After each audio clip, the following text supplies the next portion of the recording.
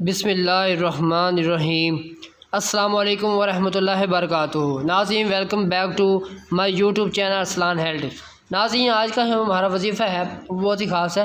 اگر اولاد نیک ہو تو والدین کے لیے صدقہ جاریہ بنتی ہے، اور والدین کے خون پسینے کی کمائی کو حلال جگہ پر استعمال کرتی ہے، ان کی زندگی میں بھی اور ان کی زندگی کے بعد بھی۔ لیکن اولاد بگڑی ہوئی ہو، زندگی میں بھی انسان کے لیے اذیت اور بعد میں بھی اس کے مال کو ضائع کرنے والی اور بدنامی کا سبب بنتی ہے۔ اور اگر کسی کی اولاد نہ ہو تو اس کے لیے بھی دعا سکھائی گئی ہے، اور وہ دعا حضرت ابراہیم علیہ السلام کی دعا ہے ناظرین، جس میں وہ کہتے ہیں ربی حب لی من الصالحین، اے میرے رب مجھے نیک اولاد عطا فرما۔ اللہ پاک نے ان کی دعا سن لی، اور یہ دعا بڑے وقت کے بعد، بڑے عرصے کے بعد سنی۔ دعا قبول ہونے کا ناظرین مطلب یہ نہیں ہوتا کہ آپ منہ سے دعا نکالیں اور آپ کی دعا پوری ہو جائے۔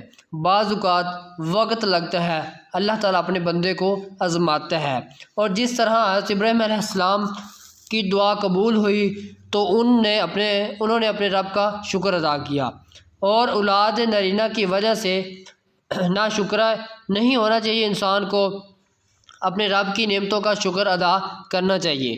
اور جیسے حضرت ذکریا علیہ السلام کی بھی اولاد نہیں تھی تو وہ بڑھاپے تک مایوس نہیں ہوئے، اور دعا مانگتے رہے اپنے رب سے کہ اللہ پاک مجھے نیک اور صالح اولاد عطا فرما۔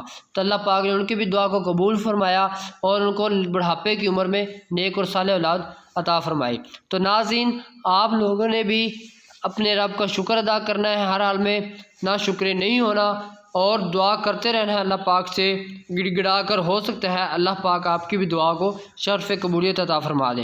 تو ناظرین، ہمیں مایوس نہیں ہونا چاہیے، ہر حال میں اپنے رب کا شکر ادا کرنا چاہیے۔ اللہ تعالیٰ اپنے بندے کو آزماتا ہے۔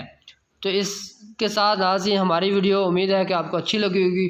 اگر ہماری ویڈیو اچھی لگی ہو تو اس کو ضرور لائک اور شیئر کریں، اور کمنٹ سیکشن میں بھی آمین ضرور لکھیں۔ ہو سکتا ہے اللہ پاک کسی کی دعا کو قبول فرما لیں۔